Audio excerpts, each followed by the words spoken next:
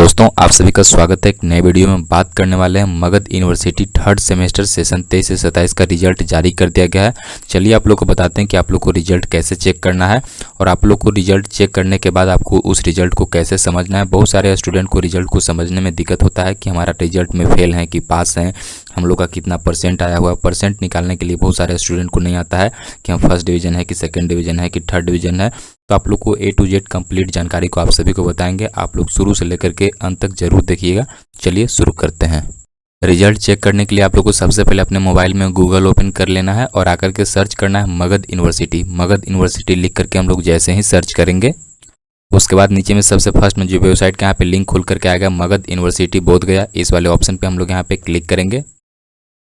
उसके बाद देख लीजिए हम लोग मगध यूनिवर्सिटी के ऑफिशियल वेबसाइट के होम पेज पर आ चुके हैं। यहाँ आने के बाद ऊपर में आप लोग देखिएगा तो एक एडमिशन एंड एग्जामिनेशन का ऑप्शन है। इस वाले ऑप्शन पे क्लिक करेंगे तो यहाँ पे एडमिशन एंड एग्जामिनेशन का ऑप्शन खुल करके आ जाता है।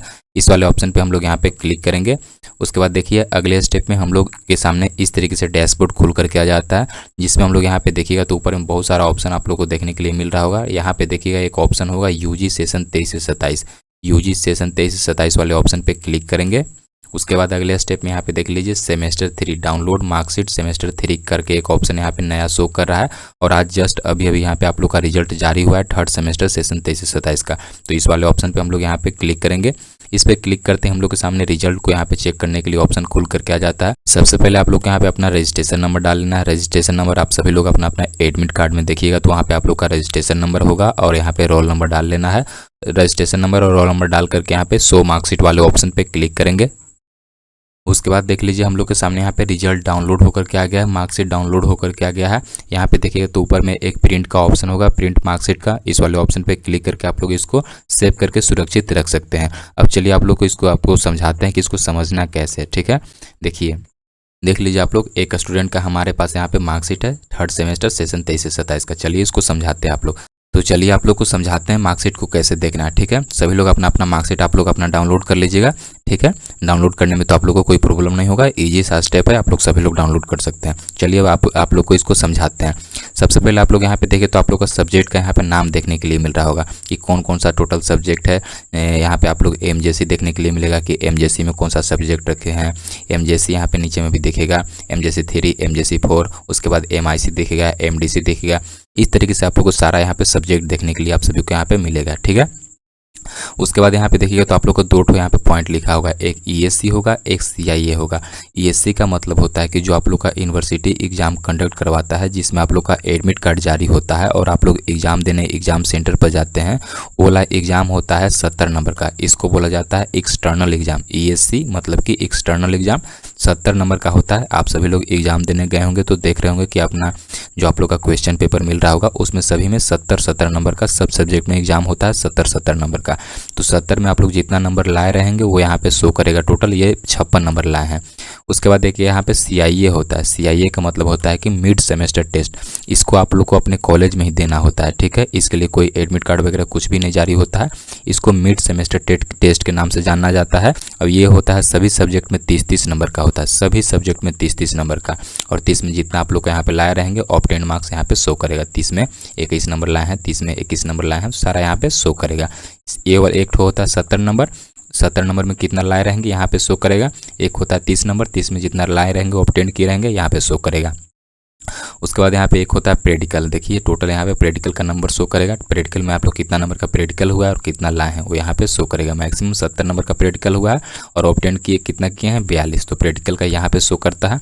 उसके बाद टोटल आप लोग का 70 और 30 मिलाकर के टोटल 100 नंबर का एग्जाम होता है। 100 में जितना लाए रहेंगे टोटल वो यहाँ पे शो करेगा टोटल वाले ऑप्शन में। आ गया समझ में। उसी प्रकार यहाँ पे सभी सब्जेक्ट का 100 नंबर का एग्जाम होता है। 100 में जितना लाए रहेंगे वो यहाँ पे सारा आप लोग का शो करेगा। उसके बाद यहाँ पे आता है ग्रेड लेटर। ग्रेड लेटर क्या होता है तो चलिए ग्रेड लेटर को समझने के लिए हम लोग यहाँ पे नीचे चलते हैं। तो देखिए जिस सब्जेक्ट में आप लोग जितना नंबर लाए रहेंगे, जैसे देख लीजिए मान लीजिए ये इनका यहाँ पे देखिए 100 में यहाँ पे 68 नंबर लाए हैं, ठीक है।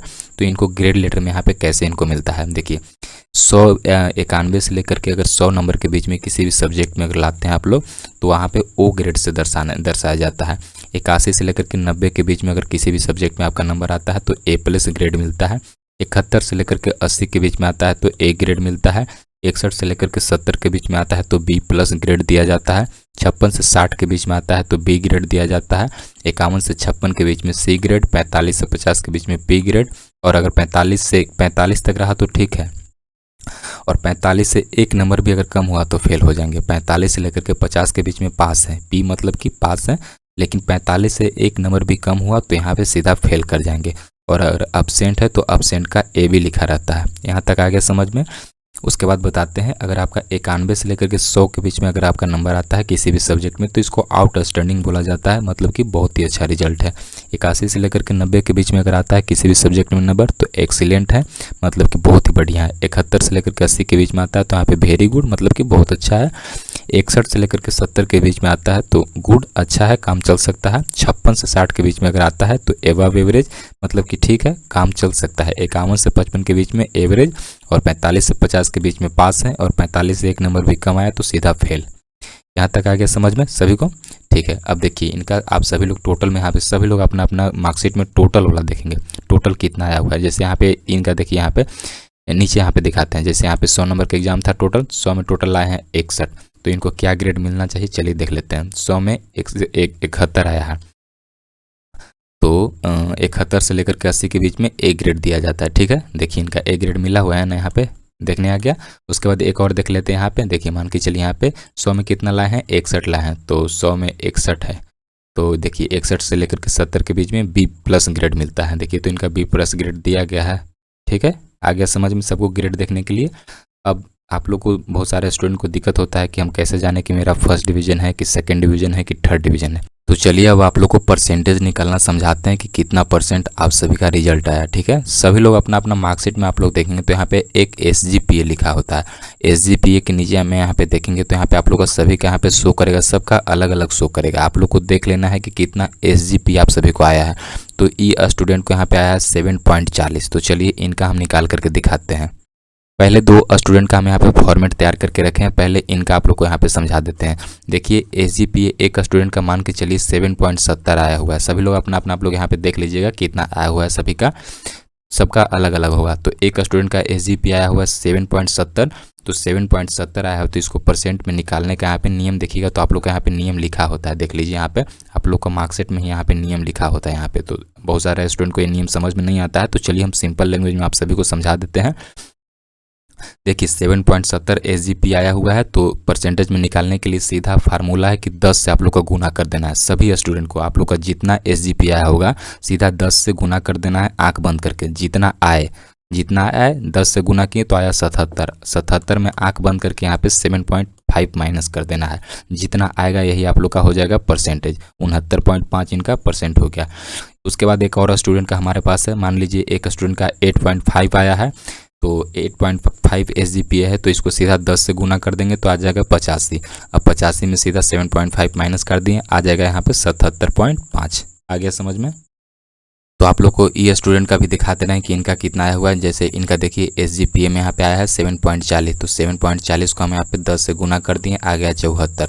अब 74 में यहाँ पे 7.5 माइनस कर दें तो आ गया 66.5। यही आप लोग का यहाँ पे परसेंटेज होता है। इनका यहाँ पे 66.5% रिजल्ट आया हुआ है।